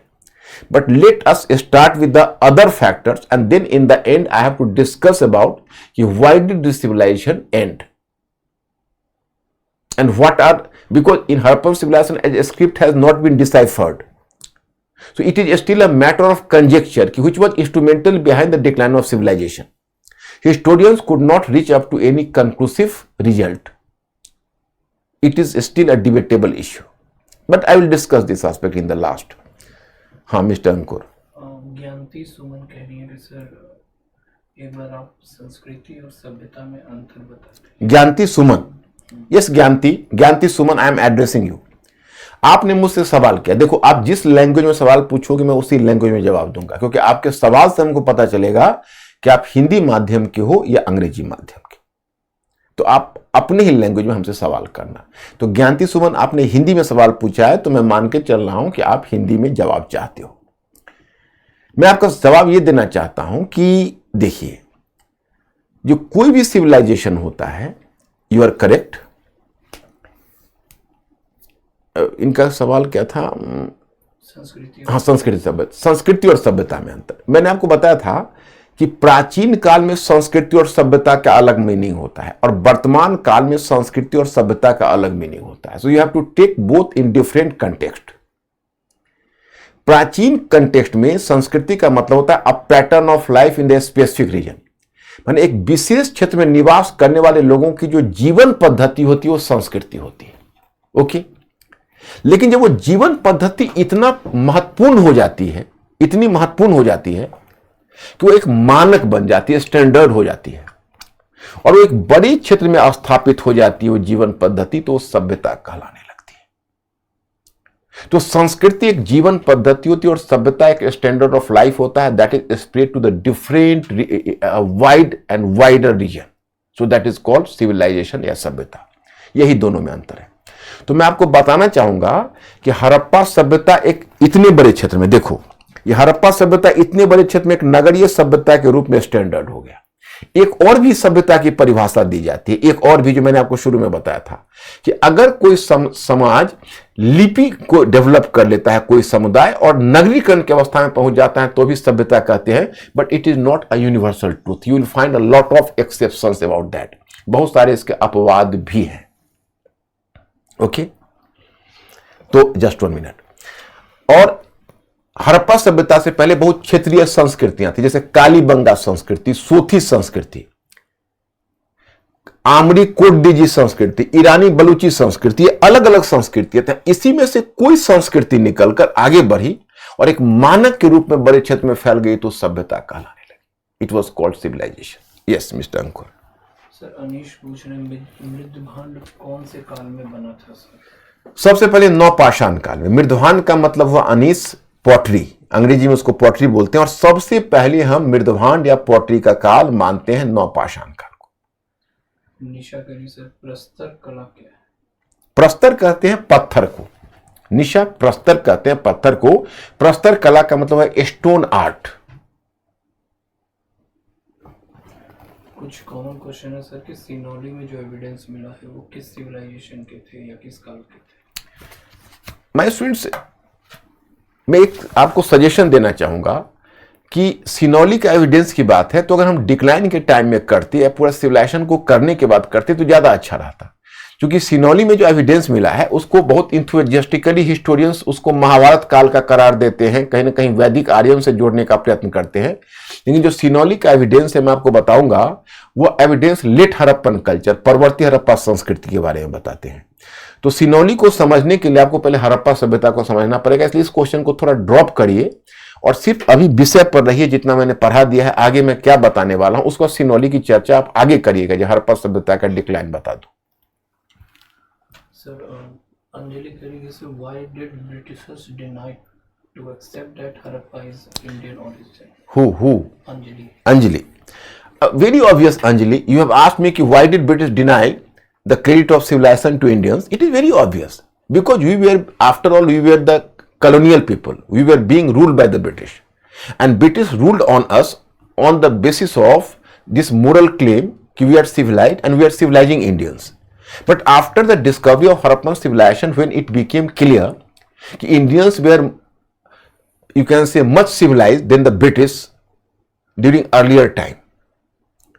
And Indians became civilized much before the rise of civilization in Britain. So British lost their moral right to rule us. So in order to legitimize their position, they tried to discredit Indians on the basis of Harappan civilization. This was the reason. So website पे भारत है कह रहे हैं कि sir क्या इन सब places पर एक ही लिपि मिली है? If not, then what is the basis it is called Harappan civilization? Yes, एक ही लिपि मिली है, भारत एक ही लिपि मिली है। Okay, sir. जो डिफरेंट साइट्स है उस पर एक ही लिपि मिली है। अब चलो, अब तुम लोग एक मेरा फार्मूला फॉलो करोगे। अब मेरा फार्मूला आप लोग फॉलो करो। मेरा फार्मूला अब यहां से फॉलो करके हड़प्पा सभ्यता को समझो। क्लाइमेटिक, जलवायु, जलवायु परिवर्तन। अब ताम्रपाषाण काल से हड़प्पा पर बढ़ रहे हो उसी फार्मूला के अधीन, यानी क्लाइमेटिक चेंज, जलवायु परिवर्तन मतलब climatic change. But my students, climatic change में the same thing is here. Climatic change में कोई परिवर्तन है ही नहीं। मैं आपको बताया कि पहले प्लीस्टोसीन था और प्लीस्टोसीन से होलोसीन शुरू हुआ, होलोसीन, और मध्य पाषाण काल से होलोसीन शुरू हुआ। होलोसीन का स्टार्ट होने का टाइम था 10,000 BC, when the weather was going to be slightly more warm and wet, and the situation for agriculture or the background for or the favorable condition for agriculture was created. तो कृषि के लिए वातावरण तैयार हुआ। मैं students, Holocene जो उस समय शुरू हुआ वो आज तक हम लोग होलोसीन में ही हैं। हाँ, इधर जो चूंकि इधर देखते हो कि पर्यावरण का नाश हुआ, परिस्थिति पर्यावरण बिगड़ा, तो अब एक नया एज के बारे में साइंटिस्ट ने परिकल्पना कर ली, एंथ्रोपोसीन। अब साइंटिस्ट एक नया शब्द को क्वाइन किया है, लेकिन है हम लोग होलोसीन में। तो हड़प्पाई लोग भी होलोसीन में थे। तो जलवायु वाले को छोड़िए, इसमें हमको कोई परिवर्तन नहीं दिख रहा है। अब आते हैं दूसरा, तकनीकी परिवर्तन। तकनीकी परिवर्तन, दैट इज टेक्नोलॉजिकल चेंज। इसमें तो हड़प्पाई लोग बहुत आगे थे। अब टेक्नोलॉजिकल चेंज में बताता हूं क्या क्या है। देखिए, पहले लेते हैं मेटल। तो हड़प्पाई लोगों ने कॉपर का यूज किया और फिर कॉपर में टीन मिलाकर, कॉपर में उन्होंने मिलाया टीन, और कॉपर में टीन मिला के बना लिया ब्रॉन्ज। ब्रॉन्ज कॉपर से ज्यादा इफेक्टिव होता है, तो उनके जो ब्रॉन्ज इंप्लीमेंट से ज्यादा इफेक्टिव हुए। ओके, और कॉपर से बनाया ब्रॉन्ज, तो ब्रॉन्ज ज्यादा इफेक्टिव हुए। वो फिर सिल्वर का यूज करते थे। हड़प्पाई लोग पहले थे कि नियोलिथिक और कैलकोलिथिक ने सिल्वर का यूज नहीं किया, गोल्ड का यूज किया इन्होंने, और गोल्ड का यूज करने के बाद सिल्वर का यूज किया। तो कितने मेटल यूज किया? कॉपर यूज किया, ब्रॉन्ज यूज किया, गोल्ड यूज किया और सिल्वर यूज किया। अब मैं स्टूडेंट्स, अगर हम आपको एक सवाल दें प्रीलिम्स का, बी मेंटली अलर्ट, कि हड़प्पन पीपल, आप वेबसाइट वाले भी और सभी लोग आप इक्वली आप कॉन्शियस हो जाओ and you have to answer my question very quickly. My question is कि Harappan people used which of the following metals in maximum quantity? Choice number A, copper. Choice number B, bronze. Choice number C, gold. And choice number D, silver. तो choice number A, copper. Choice number B, bronze. Choice number C, gold. Choice number D, silver. हड़प्पाई लोगों ने सबसे अधिक किस धातु का उपयोग किया? उसी में मैंने कहा चॉइस ए तांबा, चॉइस बी कांसा, चॉइस सी सोना, चॉइस डी चांदी। B fast.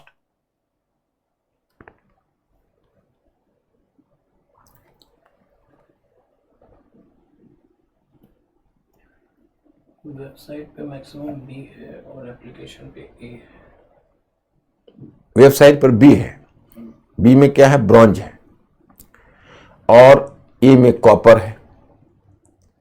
एक बात बताओ, तुम दूध का ज्यादा यूज करते हो कि मक्खन का? तो दूध का ज्यादा यूज करते हो। मैंने स्टोन वाला भी क्वेश्चन आपसे पूछा था, तो जिन्होंने ए जवाब दिया है वो ज्यादा करेक्ट किया है। जो कॉपर की उपलब्धता ज्यादा, देखो कॉपर का होम प्रोडक्शन था, राजस्थान का खेतरी माइंस था, होम प्रोडक्शन था, और ब्रॉन्ज का होम प्रोडक्शन नहीं था। ब्रॉन्ज का प्रोडक्शन, होम प्रोडक्शन ब्रॉन्ज का नहीं था।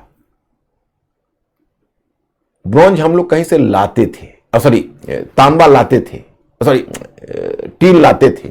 ब्रॉन्ज बनता था टीन को मिलाकर, and we were compelled to import tin from Mesopotamia. तो हम लोग टीन बाहर से लाते थे, तो जाहिर है कि टीन की उतनी उपलब्धता नहीं थी, तो ब्रॉन्ज का उपयोग कम हुआ। अब इस टूल्स में तुम देखोगे एग्रेरियन टूल्स बनाया। उनके एग्रेरियन जो टूल्स होते थे वह स्टोन के भी होते थे, कॉपर के भी होते थे, ब्रॉन्ज के भी होते थे, एग्रेरियन टूल्स। फिर वो धातु का ढलाई, जिसको कहते हो आयरन मेल्टिंग, तो स्मेल्टिंग, सॉरी आयरन नहीं, मेटल स्मेल्टिंग, माने कॉपर स्मेल्टिंग, ब्रॉन्ज स्मेल्टिंग का टेक्नोलॉजी जानते थे। वह तांबे की ढलाई करते थे, वह कांसे की ढलाई करते थे।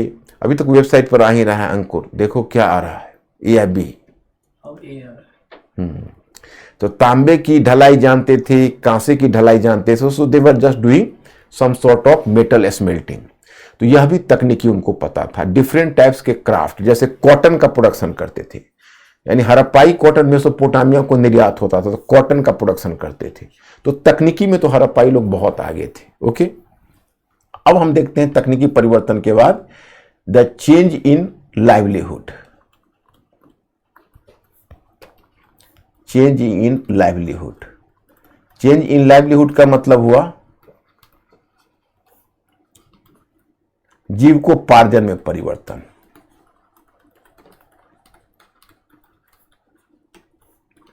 जीविकोपार्जन में परिवर्तन। तो हड़प्पाई लोगों का जीविकोपार्जन क्या था, इसको देखिए। तो हड़प्पाई लोगों का जो जीविकोपार्जन था उसकी हम चर्चा करते हैं। देखिए, सबसे पहले डोमेस्टिकेशन ऑफ एनिमल, एक जीविकोपार्जन उनका पशुपालन था। पशुपालन यानी डोमेस्टिकेशन ऑफ एनिमल्स, ये उनका जीविकोपार्जन था। दूसरा कृषि, एग्रीकल्चर। तो एग्रीकल्चर में तुमको ध्यान रखना है कि कितनी तरह का उनका मुख्य खाद्यान्न क्या था। तो मुख्य खाद्यान्न जो मुख्य उनका क्या कहते हैं, जो उनके एडिबल फूड्स थे, जो उनके ग्रेन्स थे, उसमें उनका ग्रेन्स गेहूं, 3 प्रकार के गेहूं और 3 प्रकार के जौ की वैरायटीज का प्रोडक्शन करते थे। फिर उसके अलावा वे मटर यानी पीज, हॉर्स ग्राम, चना, मस्टर्ड, सरसों और राइस गुजरात और राजस्थान में, और नॉर्दर्न इंडिया के किसी रीजन से रागी का साक्ष्य नहीं मिला है। तो ये मुख्य रूप से उनकी फसलें थी। इसके अलावा वो कॉटन का प्रोडक्शन करते थे और कॉटन से कपड़े भी बनाते थे। तो कृषि उनकी विकसित अवस्था में थी। हमें कालीबंगा के एक आरंभिक हड़प्पाई स्थल से जूते हुए खेत का साक्ष्य मिला है, दैट वाज द फरूड फील्ड, वो कालीबंगा से मिला है। तो एग्रीकल्चर भी उनका डेवलप था। अब उनका है शिल्प एवं कारीगरी, यानी क्राफ्ट। शिल्प एवं कारीगरी का मतलब है क्राफ्ट्स उनका काफी डेवलप था। कपड़ा निर्माण, तांबा निर्माण, तांबे की ढलाई, कांसे की ढलाई, ये सब तकनीकी से परिचित थे। वो सिल्वर का भी यूज करते थे, गोल्ड का भी यूज करते थे, और डिफरेंट प्रकार के क्राफ्ट्समैन थे। ईंटें बनाते थे, उनके ईंटें भी बहुत ही विकसित होते थे। अगर उस ईंटों की तुलना करोगे तो आज की ईंटों की तरह मैं आपको दिखाऊंगा। तो शिल्प और कारीगरी इनका बहुत विकसित था। अब हम देखते हैं व्यापार, ट्रेड। ये इनका एक जीविकोपार्जन था। ट्रेड की तो बात ही छोड़िए, हड़प्पाई नगरीकरण में ट्रेड का रोल भी माना जाता है बड़ा सा। वैसे मैं एक बात आपको बताऊं कि अगर आपसे यह पूछा जाए कि हड़प्पा के नगरीकरण का मुख्य आधार क्या था, कृषि या व्यापार, तो क्या कहोगे? एग्रीकल्चर या ट्रेड? अगर कोई आपसे पूछे कि भाई हड़प्पाई नगरीकरण का मुख्य आधार क्या था, कृषि या व्यापार, तो क्या कहोगे?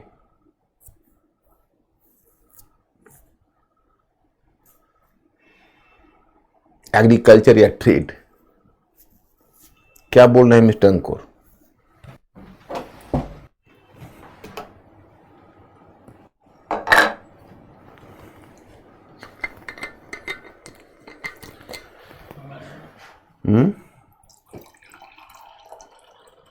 इस पे एग्रीकल्चर आ रहा उस पर बहुत रिस्पॉन्स। भाई जिसने भी एग्रीकल्चर किया है वो मुझे यही लग रहा है कि भाई आपके अक्ल के जो दांत है बहुत जल्दी निकल गए, बहुत आसानी से आपने पकड़ लिया। इंडिया में कोई भी काल रहे और आपसे अगर नगरीकरण पूछा जाए और नगरीकरण का मुख्य आधार क्या है, अर्बनाइजेशन का मुख्य आधार क्या है, कृषि और शिल्प, तो आप कृषि को ही चुनना। एग्रीकल्चर हमेशा ज्यादा प्रोमिनेंट रोल प्ले करता है, क्योंकि अब हड़प्पाई ट्रेड का क्या वॉल्यूम था, कितना था, क्या एक्सटेंट था, वो हमको पता ही नहीं। हम अनुमान कर रहे हैं क्योंकि उनका स्क्रिप्ट तो पढ़ा नहीं गया है। खैर एनीवे, मैं आपको बताना चाहूंगा कि हड़प्पाई लोगों का ट्रेड रिलेशनशिप किसके साथ था। तो उनका ट्रेड रिलेशनशिप भारतीय उपमहाद्वीप के अंदर भी था और बाहर भी था। अब भारतीय उपमहाद्वीप के इंडियंस, जैसे उनका 3 तरह का ट्रेड उनका होता था हड़प्पाई लोगों का। देखो, एक क्या होता था कि एक होता था उनका टाउन टू टाउन, जो हड़प्पाई टाउन टू टाउन मतलब नगर से नगर में होता था। जैसे आप मान लो एक नगर है, जैसे गुजरात है, तो गुजरात में एक जगह था लोथल। तो लोथल में हाथी दांत का काम होता था, हाथी दांत के काम होते थे और सीप के काम होते थे। मोहनजोदड़ो में सीप के काम होते थे। सीप कहते हैं शेल को, शेल जो सी शेल होता है उसी से बनता है। वो एक तरह का उसे ज्वेलरी बनाते थे। तो सीप का काम होता था, हाथी दांत आइवरी प्रोडक्ट्स बनता था। तो ये सब एक नगर से दूसरे नगर में वो देन लेन करते थे। गांव से अनाज आता था नगर की तरफ, वो भी ट्रेड का एक रूप था। दूसरा था एक क्षेत्र से दूसरे क्षेत्र में, from one region to another region, from one region to another region. और वो इंडियन कॉन्टिनेंट में ही होता था, इंडियन सब कॉन्टिनेंट में, मतलब भारतीय उपमहाद्वीप में ही। जैसे आप देखोगे अब हड़प्पाई लोग हैं, वो राजस्थान से तांबा मंगाते थे, कर्नाटक के कोलार क्षेत्र, कर्नाटक से सोना मंगाते थे, हजारीबाग जो बिहार की जगह है वहां से टीन मंगाते थे, थोड़ा सा टीन मिलता था हजारीबाग में, थोड़ा सा, लेकिन मुख्य रूप से मेसोपोटामिया से। फिर उनका बाहर से व्यापार था ईरान के साथ, यानी पश्चिम एशिया से उनका ट्रेड था, फारस की खाड़ी से ट्रेड था। फारस की खाड़ी में फैल्का और बहरीन जगह है, फारस की खाड़ी में, कल मैं दिखाता हूं अंकुर, कल फारस की खाड़ी, मेसोपोटामिया, मिस्र, ये सब होना चाहिए, कल मैप में लाता हूं, आज मिस हो गया हमसे। तो फैल्का और बहरीन फारस की खाड़ी में एक जगह है, तो वहां से उनका व्यापारिक संबंध था, और फिर उससे पश्चिम में मेसोपोटामिया, वहां से व्यापारिक संबंध था। और सेंट्रल एशिया में तुर्कमेनिस्तान है, अफगानिस्तान के पास एक जगह था सोर्तुघई, वो उनका आउटर पोस्ट था, मतलब सोर्तुघई उनका केंद्र था एक व्यापार का। और वो वहां से जो मध्य एशिया है, मध्य एशिया में एक जगह है बदख्शा, जहां से मुगल आए थे, तो वहां पर एक विशेष प्रकार का पत्थर होता था, कीमती पत्थर, उसका हिंदी में कहते हैं लाजवर्द मणि, और इंग्लिश में उसको कहते हैं लैपिस लुजुली। तो वह मध्य एशिया के बदख्शा से लाजवर्द मणि या लैपिस लुजुली मंगाते थे, तो वहां से भी उनका आयात होता था। और मेसोपोटामिया से दो चीज मंगाते थे, टीन और चांदी, थोड़ा सोना भी मंगाते होंगे। कर्नाटक से सोना मंगाते थे, अफगानिस्तान से भी सोना मंगाते थे। इस तरह से उनका ट्रेड होता था। बदले में देते क्या थे ये? तो बदले में देते थे अनाज, ग्रेन्स का एक्सपोर्ट करते थे। दूसरा, एक काली लकड़ी होती थी, ब्लैक वुड कहते हैं, जो काली लकड़ी उसी आसपास नॉर्थ वेस्ट में होती थी, जिसे इमारती लकड़ी कहते, उसे मकान बनते थे मेसोपोटामिया में, तो काली लकड़ी का वो निर्यात करते थे। कार्नेलियन एक अर्धकीमती पत्थर होता था, उसका निर्यात करते थे। लाजवर्द मणि का आयात भी करते थे, निर्यात भी करते थे। थोड़ा सा सोना का भाग है, उसका भी निर्यात करते थे। दो चीज ध्यान रखना, हड़प्पाई लोग दो चीजों पर आयात पर निर्भर थे। एक सिल्वर उनका अपने यहां नहीं होता था, और टीन नहीं के बराबर हजारीबाग में थोड़ा बहुत होता था, अन्यथा वो टीन के लिए भी आयात पर निर्भर करते थे, इंपोर्ट पर, और सिल्वर के लिए भी इंपोर्ट पर निर्भर करते थे। तो यही था उनका ट्रेड रिलेशन। अब नेक्स्ट वन उनके पास जो प्रोफेशन था, ऑक्यूपेशन था, वो ऑक्यूपेशन क्या था? वो था निर्माण कार्य। निर्माण कार्य का मतलब है कंस्ट्रक्शन वर्क।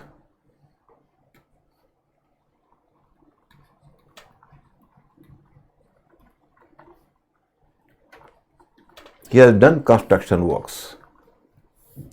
अब कंस्ट्रक्शन वर्क्स में जैसे तुम देखो कि बड़े बड़े भवन, स्मारक बनाए, बड़े बड़े महलें बनवाई, और उस समय जो उन्होंने बनवाई, ईंटों के मकान बनवाते थे, तो ईंटों के मकान में लेबर लगता था।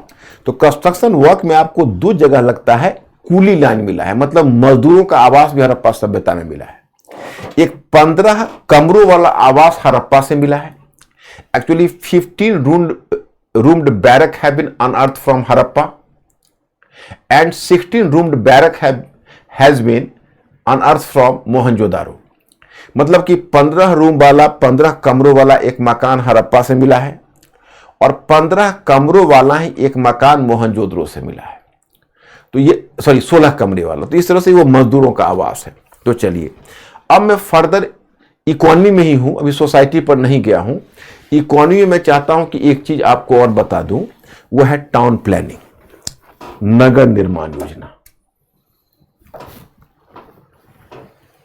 टाउन प्लानिंग, ये देखो, ये बड़ा भव्य चीज है। टाउन प्लानिंग जो हड़प्पाई लोगों का है, ये बहुत विशेष है। इसको आपको मानचित्र पर भी मैं दिखाऊंगा। देखिए, पहली बात तो यह है कि हड़प्पा सभ्यता है, इसमें 9 या 10 है जिनको नगर का स्टेटस है, बाकी तो सब गांव का स्टेटस ही है। तो ये जो 9-10 प्लेस है, उसी में जैसे मोहनजोदड़ो इनका सबसे इंपॉर्टेंट लगता है सिटी था। तो अगर आप इन स्थलों को देखोगे तो आपको पता चलेगा कि जैसे टाउन प्लानिंग में मैं आपको समझा दूं कि एक स्थल है, जैसे आप मोहनजोदड़ो ही है, तो ये स्थल है। तो इस स्थल में पश्चिमी भाग में एक दुर्ग क्षेत्र होता था, जिसको सीटाडल बोलते हैं, और पूर्वी भाग में लोअर टाउन होता था। जैसे पश्चिमी भाग में दुर्ग क्षेत्र हुआ, दुर्ग क्षेत्र का मतलब है किला, that was called citadel area, citadel. और पूर्वी क्षेत्र में लोअर टाउन होता था, निचला शहर, निचला शहर। और जानबूझकर ये जो दुर्ग क्षेत्र है और निचला शहर है, इसके बीच थोड़ा स्पेस छोड़ देते थे। तो अनुमान किया जाता है कि ये शायद दुर्ग क्षेत्र में शासक वर्ग के लोग रहते थे, क्योंकि इंपॉर्टेंट जो भवन मिले हैं, इंपॉर्टेंट मॉन्यूमेंट्स मिले हैं, वो भी सिटाडल एरिया में मिले हैं। लेकिन कुछ जैसे हड़प्पा वगैरह में कुछ रिहायशी इलाके ही मिला है। अब जो नगर है, इसको सेटलमेंट एरिया, इसमें क्या था कि एक मुख्य सड़क होती थी जो लगभग 10 मीटर चौड़ी होती थी, जो ऐसे उत्तर से दक्षिण की तरफ जाती थी। और एक दूसरी सड़क होती थी जो वो भी मुख्य सड़क को एकदम समकोण पर काटती थी, वो भी 10 मीटर चौड़ी होती थी। तो ये जो नगर का शेप होता था, स्क्वायर शेप्ड हो जाता था, स्क्वायर शेप्ड। और ये जो आप देख रहे हो जो मुख्य सड़क, उसके बगल में जस्ट ईंटों के मकान बनते थे, that was called the bricks houses. And you will find that कि the size of the brick house was 1 story and even more than 1 story, means की 2 story। मैंने कुछ घर ऐसे थे जो डबल स्टोरी भी मिले, वैसे 1 story मिले। और 1 story में क्या था कि उनका जो मकान था, उसमें प्रत्येक मकान में एक आंगन होता था, आंगन में कुआं होता था। जैसे देखिए एक स्थल मैं आपको दिखाता हूं, ये देखिए,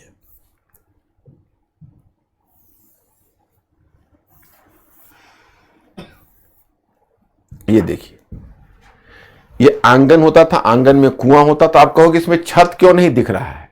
तो छत वो ईंटों से नहीं बनाते थे, छत में लकड़ी की चिनाई करते थे। तो वो तो डिकम्पोज कर गया इन कोर्स ऑफ टाइम में, और ये ईंटे का बच गया। इसी तरह देखो हाउस कैसे बनते थे, कैसे ईंटे, वो एक के बाद ईंटे का साइज देखोगे तो आपको वर्तमान 4:2:1 लगता है, 4:2:1। और इसके प्रत्येक आंगन में एक कुआं होता था। अब देखो ये कुआं में आप वर्तमान कुआं मत समझ लेना, नहीं तो कंफ्यूजन हो जाएगा। जो वर्तमान कुआं है उसको कहते हैं रिंग वेल्स। वो रिंग वेल्स की विशेषता होती है कि रिंग वेल्स में नीचे से पानी निकलता है, जमीन के अंदर से। इस कुएं में नीचे से पानी नहीं निकलता था, ये नदी का जल रिस रिस कर आता था कुएं में। जैसे अगर आप नदी के बगल में, अगर कोई जो ही नहीं कि आप नदी में जाके बाल्टी से निकालें, नदी के बगल में आप अगर 2-4 फीट नीचे अगर कोड़ेंगे तो पानी ऑटोमेटिकली निकलता है, वो नदी का पानी होता है। और फिर वो नदी का पानी छन छन कर कुएं में आता था, तो एक तरह से रिवर्स ओस्मोसिस हो जाता था, आरओ जिसको बोलते हो, और फिर कुएं में पानी आके टपकता था, तो कुआं में पानी भरा रहता था।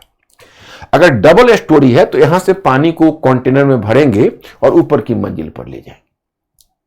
और ऊपर की मंजिल पर जब पानी यूज करेंगे तो पानी को नीचे कैसे लाएंगे, तो उसके लिए ड्रेन पाइप बनाते थे, जो पकाई गई मिट्टी की होती थी। केवल कालीबंगा में लकड़ी की मिली है, तो पकाई गई मिट्टी से ऐसे बनाते थे। और एक बात जान लो, क्या मकान बनाने का कौशल इनको था।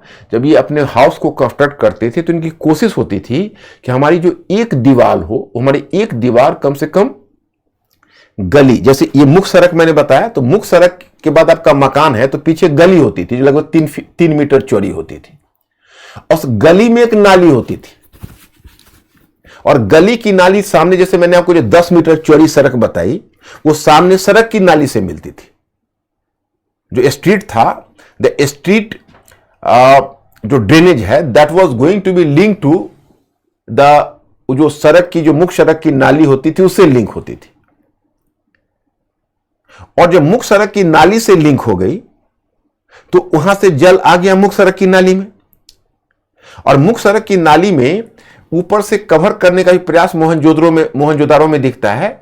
और उसमें एक मैनहोल बना होता था, मैनहोल जिसमें आदमी घुसकर उसकी सफाई कर सके, इतना बेहतरीन था। और वो इस तरह से अपनी, जैसे घर जो आपको बनाना है तो मकान इस तरह से बनाना है कि आपकी गली की नाली से एक दीवार चिपकी हुई हो, ताकि ऊपर से पानी, आपके घर का पानी का ड्रेनेज वैसी नाली में डायरेक्ट हो जाए। अगर आप उसे ड्रेनेज अगर बहुत दूर बना लेते हो उस नाली से घर, तो फिर उसमें प्रॉब्लम आएगा कि फिर नाली तक पहुंचने के लिए बहुत सारा आपका पानी वहां बहने लगेगा। तो एकदम नाली से सटा हुआ एक दीवार हो जहां से आपका ड्रेन सीधा नाली से जुड़ जाए, इतनी सोच कर बनाते थे।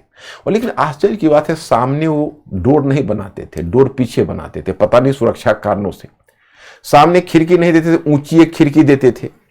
लेकिन एक चीज है जो आपने पुराने दालान नहीं देखा होगा, द ओल्ड हाउस, हम लोग बचपन में याद है कि पहले क्या होता था कि जैसे सड़क, जैसे पहले जो हवेली जैसी बनती थी तो इसके सामने एक दरवाजा, बड़ी चौड़ा दरवाजा होता था, बहुत डोर, क्योंकि पहले तो जमीन बहुत ज्यादा अवेलेबल था, तो बहुत कह सकते हो कि लिबरली हाउसेस बनते थे। तो उसमें जो मेन डोर होता था, तो मेन डोर से बाहर से जैसे सड़क से आप देखते, इतना चौड़ा डोर होता था कि आपका आंगन सीधा दिखता,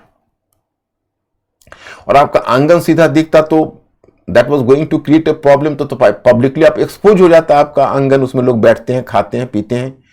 तो उसमें क्या होता कि लोग क्या करते थे कि जहां आपका आंगन है, जहां से आपका दरवाजा का मेन डोर गया है, वहां बीच में एक दीवार वॉल खींच देते थे। तो आप नॉर्मली जो घर जाते, आंगन में जाते, तो ऐसे जाके ऐसे टर्न लेते, वहां दीवार है, और तब ऐसे आंगन में जाते ताकि बाहर से विजिबल ना हो। और यह तकनीकी हड़प्पाई लोगों ने भी अपनाया हाउस कंस्ट्रक्शन में। It was going to be an important thing कि आखिर उन्होंने सीखी कैसे। अब इसको मैं जारी रखूंगा। मैंने आर्थिक किया है, फिर सामाजिक करूंगा, सामाजिक संबंधों में परिवर्तन, फिर धर्म संबंध, फिर सांस्कृतिक परिवर्तन कवर करूंगा, और तब थोड़ा सा शासक वर्ग तो इसमें नहीं आएगा, थोड़ी सी चर्चा करके और डिक्लाइन की चर्चा करके, और फिर क्या हुआ भारतीय कॉन्टिनेंट में उसकी भी पूरी समझ दूंगा। तो कल हमारा लगता है कि डिक्लाइन तक हो जाएगा, बल्कि परवर्ती हड़प्पा संस्कृति तक कोशिश करूंगा। आज तो हमारा टाइम ओवर हो गया, लेट हड़प्पन कल्चर तक कल मैं पहुंच जाऊंगा। तो आज मैं यही रुकता हूं, और कल 5 MCQ का क्वेश्चंस भी लाऊंगा, है ना। तो फिर हम लोग उसको डिस्कस करेंगे। तो आज यही रुकते हैं क्या मिस्टर अंकुर? यस। ओके, कोई प्रॉब्लम? ओके है? Yes. Okay my students, I will see you tomorrow. Good night.